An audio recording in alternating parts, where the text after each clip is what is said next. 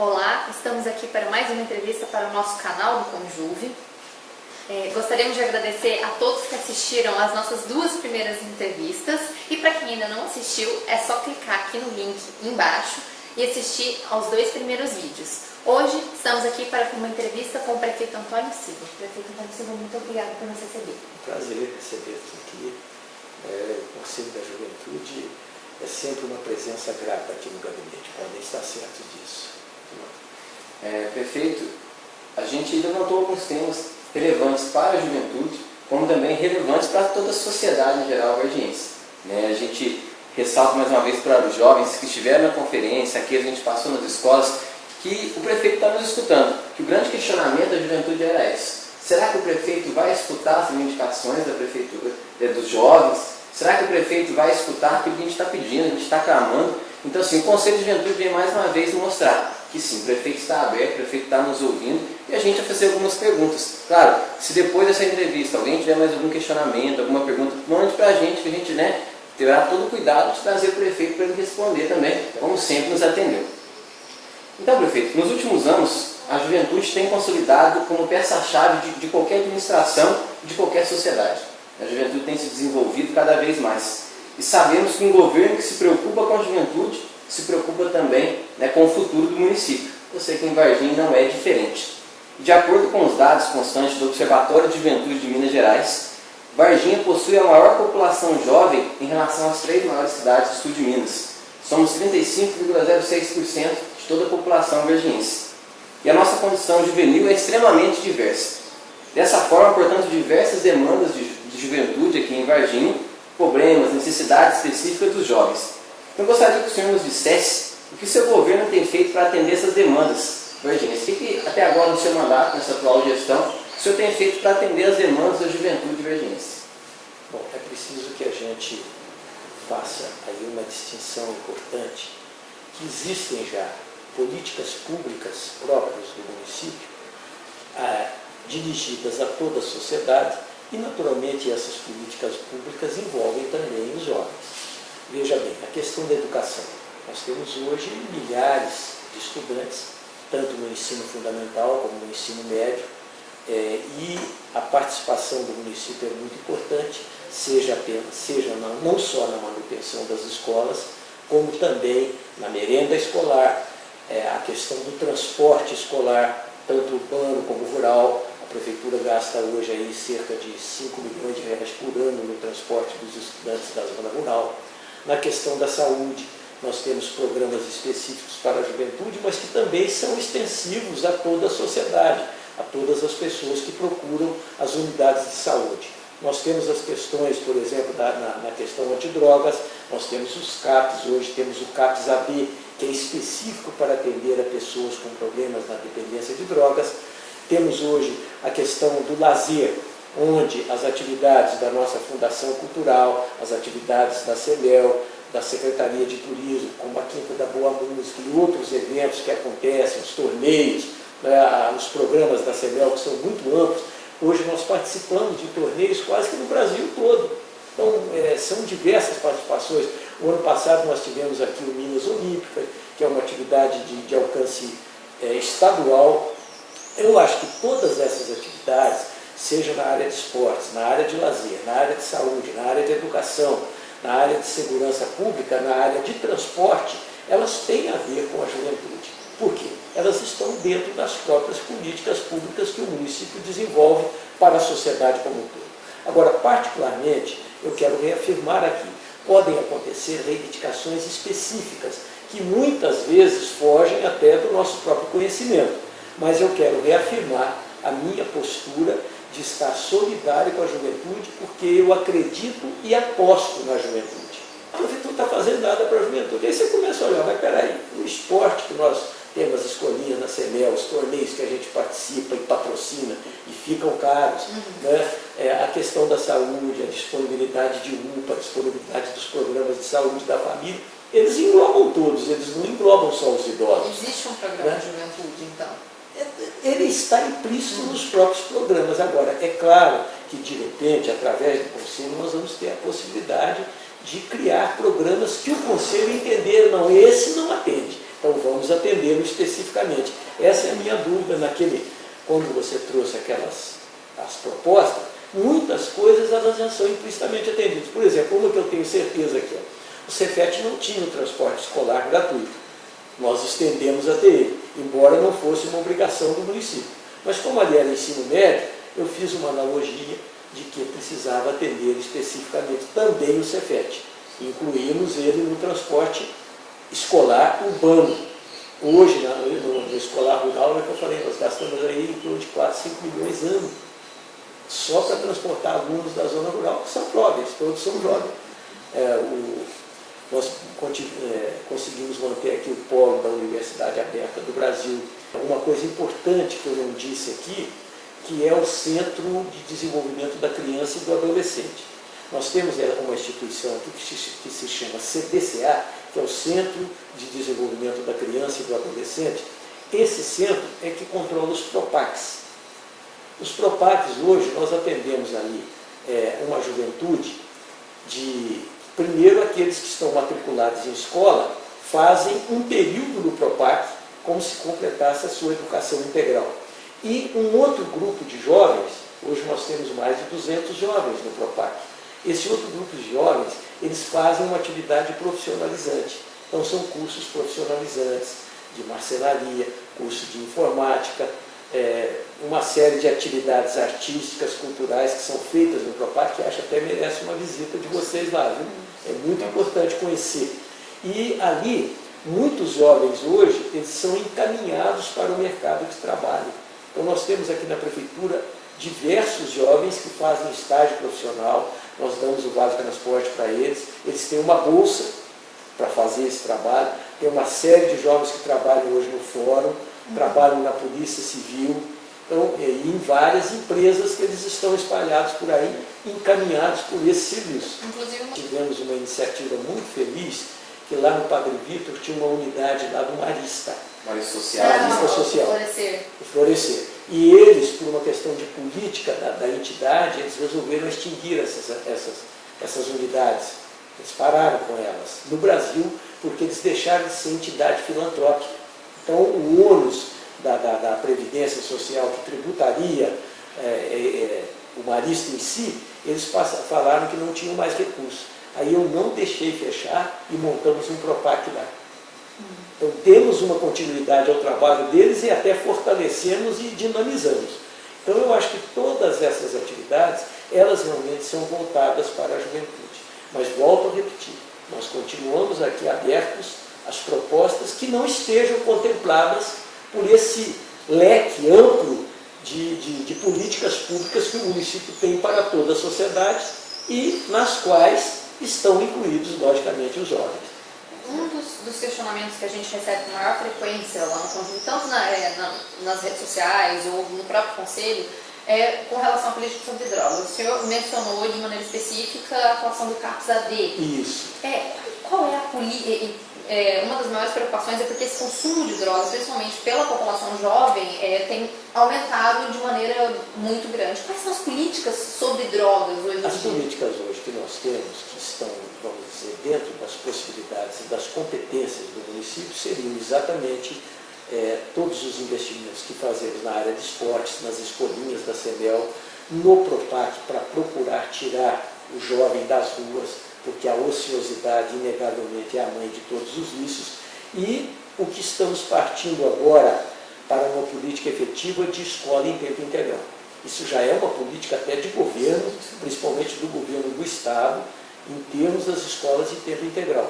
Essa é uma política importante. Então, a questão dos esportes, do lazer, da escola de tempo integral e do CAPS, o CAPS ele não está na prevenção, ele está jamais no tratamento, né, na assistência às pessoas que, infelizmente, acabaram sendo arrastadas para essa crise hoje, que eu digo, é uma praga do século XXI, a droga, e uma ameaça ao jovem. Isso nós temos absoluta consciência. Fora disso, o que podemos fazer? São as campanhas educativas. Nós temos aquela instituição, PROERD, nós sempre abrimos os espaços nas escolas para eles, temos uma convivência muito boa com eles, para que a questão educacional ela realmente tem uma função preventiva muito importante. E a gente sabe que investir no jovem é investir no futuro, né? Assim, claro, não digo que o jovem é o futuro dessa cidade, é o futuro do país, porque o jovem é o presente, é a realidade. Então, há necessidade de investirmos. Mas também investir no jovem para quê? Porque são os futuros governantes, são aqueles que vão cuidar da nossa cidade, aqueles que vão cuidar das nossas escolas, das empresas do futuro. E com isso, sabemos que o senhor é um político experiente, né, que já tem muita bagagem, né, de várias histórias já partilhadas, de muito conhecimento partilhado conosco, né, da competência também como gestor, né, um gestor limpo naquilo que faz e muito competente. E estamos carentes, né, carentes de novos políticos, carentes de novas pessoas no comando. E, né, o que o senhor tem a falar? O que o senhor acha da importância do jovem na política? O que o senhor acha do papel do jovem, da necessidade de um quadro novo, de uma nova mudança, né? Temos um período de eleição, né? E poucos são talvez os candidatos com opção, talvez daquela velha política, daquele velho né, de renovação. O que o senhor acha do jovem, do papel do jovem na política? Veja bem, esse é um tema que eu diria que me apaixona. Eu em todas as oportunidades que tenho, em palestras, em aulas inaugurais, eu tenho falado da importância da política para a sociedade como um todo.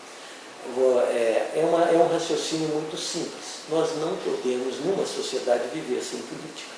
Porque a política é que organiza a vida social, a política é que organiza o governo, a gestão daquilo que é coletivo, daquilo que pertence a todos e daquilo que interessa a todos. Então você não vive na sociedade aqui sem política, em lugar nenhum do mundo onde haja uma organização social, por mais rudimentar que seja. As próprias tribos, elas têm uma organização política, elas têm um comando, elas têm uma liderança, elas têm alguém que mostra a direção. E numa sociedade mais organizada, mais sofisticada como a nossa, evidentemente que a política desempenha um papel fundamental no nosso dia a dia.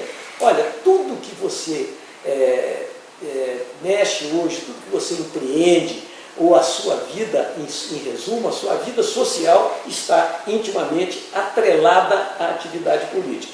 Veja bem, é a política que regula as ações de saúde pública, é a política que regula as ações de educação, é a política que está intimamente ligada à segurança pública, que são os temas prioritários hoje, inclusive da atual campanha eleitoral, saúde, educação e segurança. Todos os candidatos estão falando isso na televisão.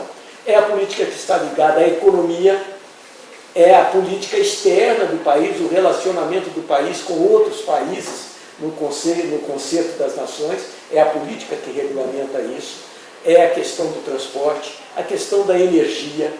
Então, a questão das vias públicas, tudo está ligado à política. Tudo, a sua vida, o seu dia a dia, está tudo ligado à política. Porque a luz que você acende o interruptor ali, a construção de uma hidrelétrica foi fruto de uma decisão política. A construção de uma ferrovia é uma decisão política, de uma rodovia, as questões de segurança, vamos dizer aí, do contingente de policiais, as políticas públicas de prevenção de drogas, de saúde, todas elas estão atreladas a questões políticas. Daí a minha preocupação hoje, e tenho feito um discurso nas oportunidades que me são dadas, principalmente em ambientes políticos, de que os políticos precisam se dar conta que precisam recuperar a sua credibilidade para quebrar esse desencanto que a juventude vem alimentando pela política. Por uma coisa tão importante, como eu disse aqui, e comprovo pelos fatos da importância da política, e, no entanto, essas eleições mostraram uma estatística até preocupante, que os jovens de 16 anos não estavam se interessando por tirar os títulos, porque o voto dos 16 anos é facultativo. Ora, se eles não estão se interessando, é porque não estão se interessando pela política, não estão preocupados em eleger alguém, porque o voto, apesar de facultativo do 16 anos, ele é válido, ele influencia no resultado das eleições. Então eu acho que o meu apelo, a minha mensagem que eu deixo aqui, é para que os políticos, para que os jovens procurem se interessar pela política, criticar, questionar, votar. Isso faz parte do contexto político. Porque se não participam, se não votam, não contribuem. Não adianta só cobrar. É preciso que você participe, e participe com vontade. Eu, por exemplo, que gosto da política, tenho vocação para isso, desde a minha infância eu já acompanhava os movimentos políticos.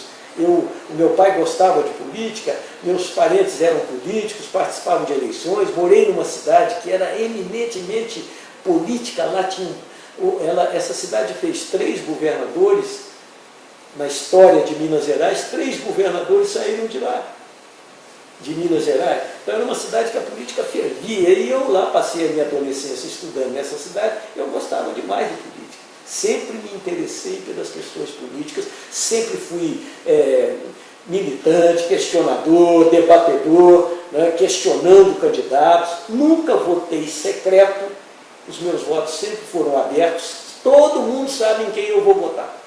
Eu não tenho segredo em eleição, não. Segredo é só lá na urna. Mas o meu voto, a minha posição pessoal, sempre foi corajosa, sempre foi aberta. Eu não tenho vergonha dos meus candidatos. Vou dar um exemplo histórico aqui. Nas eleições para presidente, a primeira eleição direta depois da ditadura militar, foi em 1989 para presidente. E o meu candidato do meu partido era o doutor Ulisses Guimarães, que foi o homem da Constituição, né, que foi um político que tinha uma história limpa, uma vida limpa, não tinha polêmicas na sua história política, na sua biografia. Quando ele se candidatou a presidente, eu era prefeito.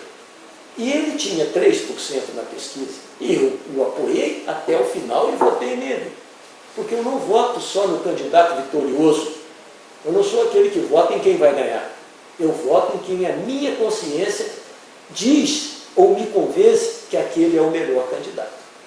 Uma coisa até muito interessante sobre o senhor ter falado desse distanciamento do jovem, muitas vezes da política, né, da apatia generalizada que a gente vê, às vezes, muitas vezes.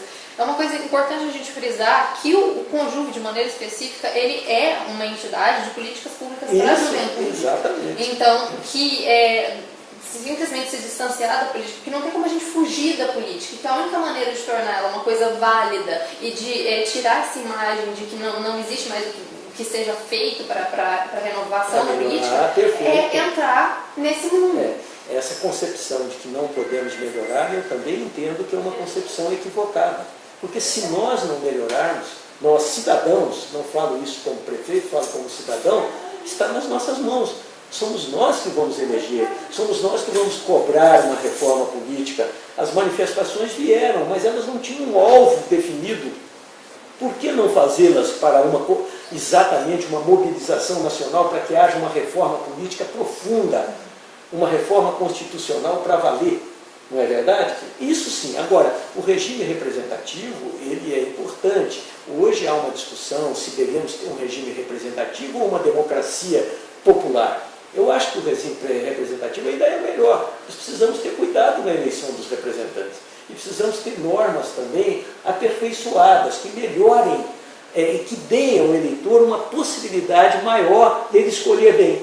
Porque hoje você ainda tem muitas distorções no processo eleitoral e na própria forma até de escolha dos candidatos. Hoje não tenham dúvidas que o poder econômico ainda comanda grande parte das eleições. Isso você não tem a dúvida. Se existe algum projeto de ampliamento das regiões arborizadas do município e também se existe coleta seletiva de lixo e qual que é o destino dado para esses resíduos orgânicos? Perfeito. Com relação à arborização, hoje nós temos uma Secretaria do Meio Ambiente que temos dado a ela todo o apoio. Obviamente, nós temos alguns problemas em Varginha que limitam um pouco essa questão da arborização em geral. Eu, na minha primeira gestão, isso há mais de 20 anos, eu fui um prefeito que me preocupei muito com essa questão da arborização. Foi na minha gestão que nós plantamos aquelas palmeiras na entrada, foi na minha gestão que fechamos inteirinho com alambrado o Parque São Francisco, e aquelas obras que lá estão foram construídas por mim há 20 anos atrás, que é aquele centro que tem lá, aquela estrutura pequena que tem lá.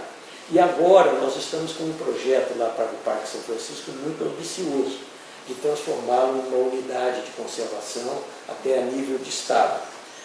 O nosso secretário do Meio Ambiente é uma pessoa bem qualificada, ele é engenheiro agrônomo formado na Universidade de Viçosa, conhece esse ramo e conhece bem. Agora, com relação à arborização da cidade, que é um sonho que demonstrei no passado, eu arborizei aqui a Avenida Almirante Barroso, a Benjamin Constant, naquele passeio do VPC, plantei árvores por ali tudo, construí o Parque do Centenário, fizemos uma reforma muito grande no zoológico, que agora continua sendo reformado, e em todos esses projetos, todas as minhas tentativas de arborizar a cidade em passeios arrancavam não apenas a árvore, arrancavam a proteção. Eu não vencia. Ia lá, plantava, destruía, plantava, destruía. Então, esse é um desafio que também está ligado à educação. As pessoas se conscientizarem que uma cidade arborizada, ela é uma cidade que tem um clima mais ameno, esse calor bravo que nós temos hoje aí no asfalto, a arborização dissipa esse excesso de calor. Você vê aqui, isso aqui, esse prédio onde está hoje a sede da prefeitura, foram dos japoneses, da CBC. Olha o que eles fizeram, aqui tem árvores em lugares aqui, que cada um plantava e punha o nome dele lá. Era um amor que tinha e a consciência de que é importante. Hoje as árvores estão aí, lindas. Olha, por exemplo, aqui nessa janela, você vai ver que árvores bonitas. Aqui vem tucano, vem pássaros, já estavam. Bem-te já cantou lá para dar a resposta. Então eu acho que esse é um projeto que temos que estar em conjunto. E vocês podem nos ajudar, podem sugerir. É um projeto que tem toda a minha receptividade e toda a minha consciência da importância dele. Mas, infelizmente, as tentativas que fiz, vocês podem ir lá no Parque Centenário, além do parque que nós construímos internamente, no passeio eu plantei árvores, no passeio todo. A maior parte foi destruída e arrancada. Numa coisa inexplicável. Por que esse espírito de destruir uma coisa tão inocente e tão benéfica? Então, isso é uma questão que nós precisamos lutar para educar. E eu acho que é muito importante até a gente explorar a questão dos parques em Varginha. A gente tem Novo Horizonte, São Francisco, Centenário, e até se eu quiser falar um pouco do que tem sido feito, porque até como turismo mesmo, né? A gente vê nas grandes metrópoles aí, essa falta, né? Falta de um lugar para descanso, um lugar de uma inspiração mais tranquila, de um passeio com família, né? E temos lugares tão belos em Varginha, tão tranquilos, e tem sido tão feito um projeto de revitalização. O São Francisco, eu acho que ele tem um potencial fantástico. Nós estamos agora lá, nós encontramos o parque numa situação deplorável. Agora, 12 anos depois, voltando à prefeitura. Pode ir lá que você vai confirmar. Estamos licitando agora todo o fechamento dele de novo, que as cercas foram arrumbadas, os alambrados praticamente destruídos, ali virou ponto de drogas, onde as pessoas vão para poder usar o crack. Então é uma questão difícil. E nós temos hoje na Prefeitura de Varginha algumas limitações que não deixam as coisas acontecerem com aquela agilidade que a gente gostaria. A gente esbarra na falta de recursos, esbarra na burocracia, na dificuldade das contratações públicas através das leis de licitações. Então todas essas limitações, muitas vezes elas não deixam você avançar naquilo que quer.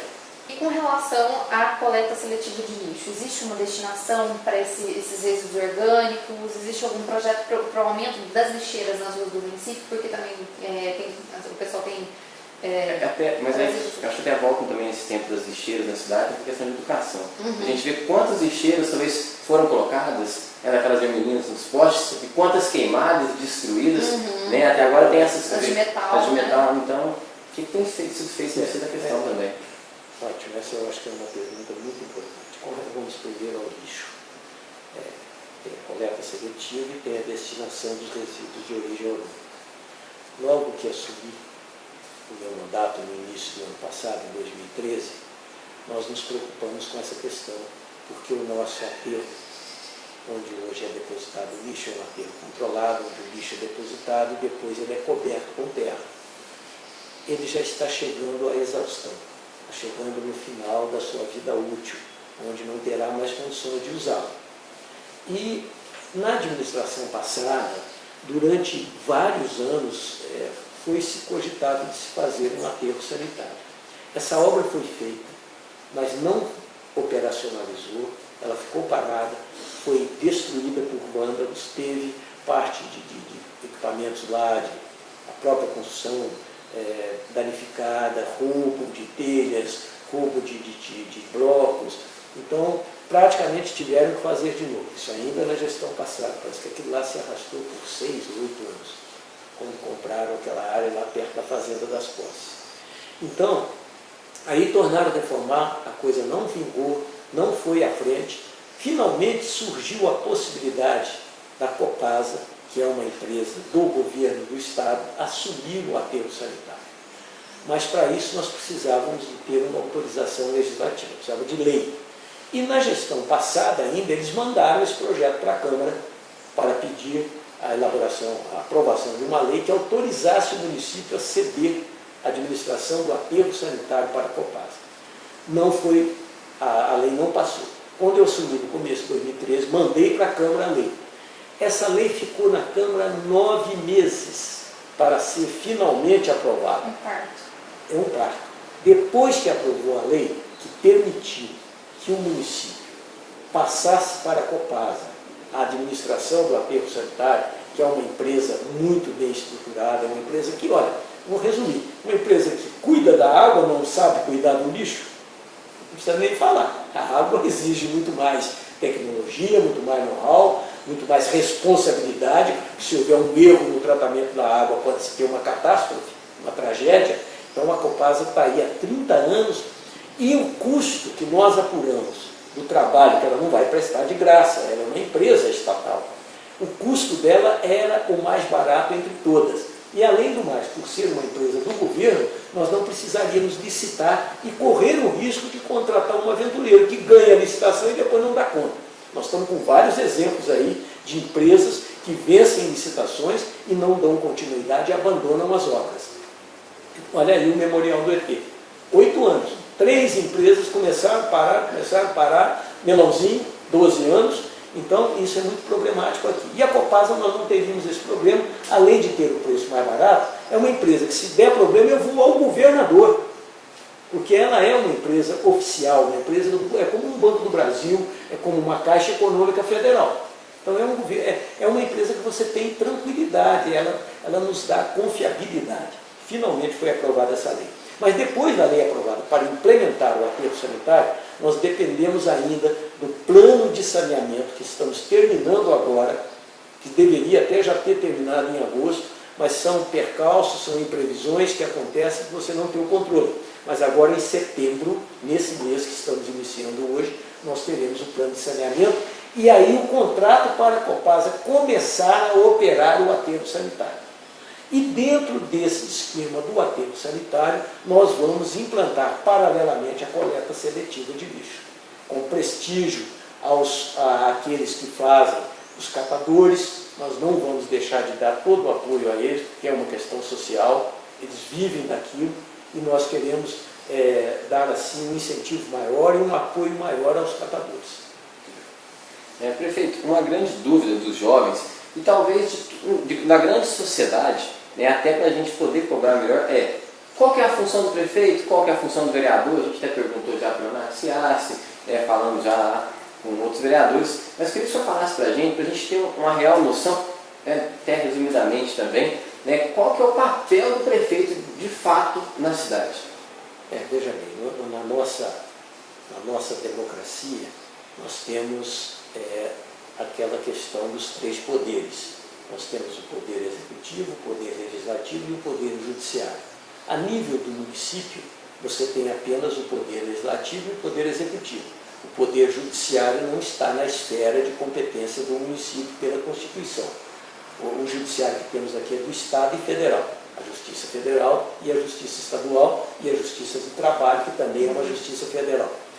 Então, o município ele exerce a administração do município através dos 2 poderes que são independentes e harmônicos. Ou seja, embora independentes, cada um tem a sua autonomia, tem a sua autonomia orçamentária, mas eles se integram, porque o prefeito ele é o chefe do poder executivo. O que significa isso? O prefeito é quem administra a cidade. É o prefeito que executa, é o prefeito que determina determinados serviços, a limpeza pública, a conservação das vias públicas, a iluminação pública, o transporte público, a conservação dos bairros, a educação a nível municipal, a saúde a nível municipal. Então, essas atividades, elas são da competência do prefeito como chefe do Poder Executivo. Só que muitas atividades que aqui acontecem, elas são determinadas e regulamentadas por lei. E aí é que entra, então, a função do Poder Legislativo. O Poder Legislativo é para que eu possa executar alguma coisa, para que eu possa destinar um recurso para determinado setor, eu tenho que estar com aquilo previsto em lei. É o caso da Conjuve, que nós queremos mudar da Secretaria de Governo para a Secretaria de Habitação e Desenvolvimento Social. Nós temos que ter uma lei. Então, o Poder Legislativo é que dá as normas e eu executo. Então, essa distinção é muito importante. E além das normas que o Poder Legislativo vota e aprova, ele também tem o dever e a função constitucional de fiscalizar os atos do Poder Executivo. Então ele vai ver como eu estou administrando, se eu não estou cometendo ilegalidades, se não está tendo problemas aqui. Quando isso acontece, o Poder Executivo, o Poder Legislativo, ele tem instrumentos legais para poder fazer investigações, inclusive através de comissões de investigação, que são aquelas CPIs que a gente vê aí popularmente chamadas de CPIs. E agora, a gente já finalizando, gostaria que o senhor fizesse uma breve avaliação do seu mandato até aqui. A gente já está, talvez, na metade do mandato. O que o senhor acha de relevante? O que o senhor está achando do mandato como prefeito até agora? Olha, eu tenho, assim, uma alegria muito grande de estar exercendo o terceiro mandato, que eu recebi essa incumbência como uma missão. É como se eu tivesse sido convocado para uma missão e eu vim exatamente colocar a serviço da cidade que eu amo, da cidade que me fiz, a que eu me casei, constituí a minha família. Então eu tenho um amor muito grande por Varginha.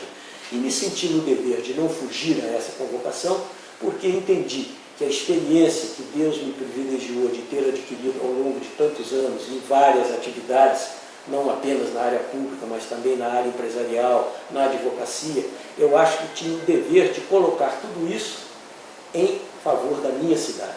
Porque experiência, eu tenho brincado, que experiência no cemitério não serve para nada. Você tem que usá-la aqui. E, logicamente, tenho procurado fazer isso com toda a dignidade, com toda a lealdade a essa causa maior que é a causa da nossa cidade. Tanto que vocês são testemunhas, é o terceiro mandato que exerço, sem polêmicas, sem questionamentos quanto à minha idoneidade, quanto à minha honradez no desempenho dessa função. Tenho falhas? Tenho. Né? Tenho defeitos? Tenho muitos. Tenho omissões? Tenho.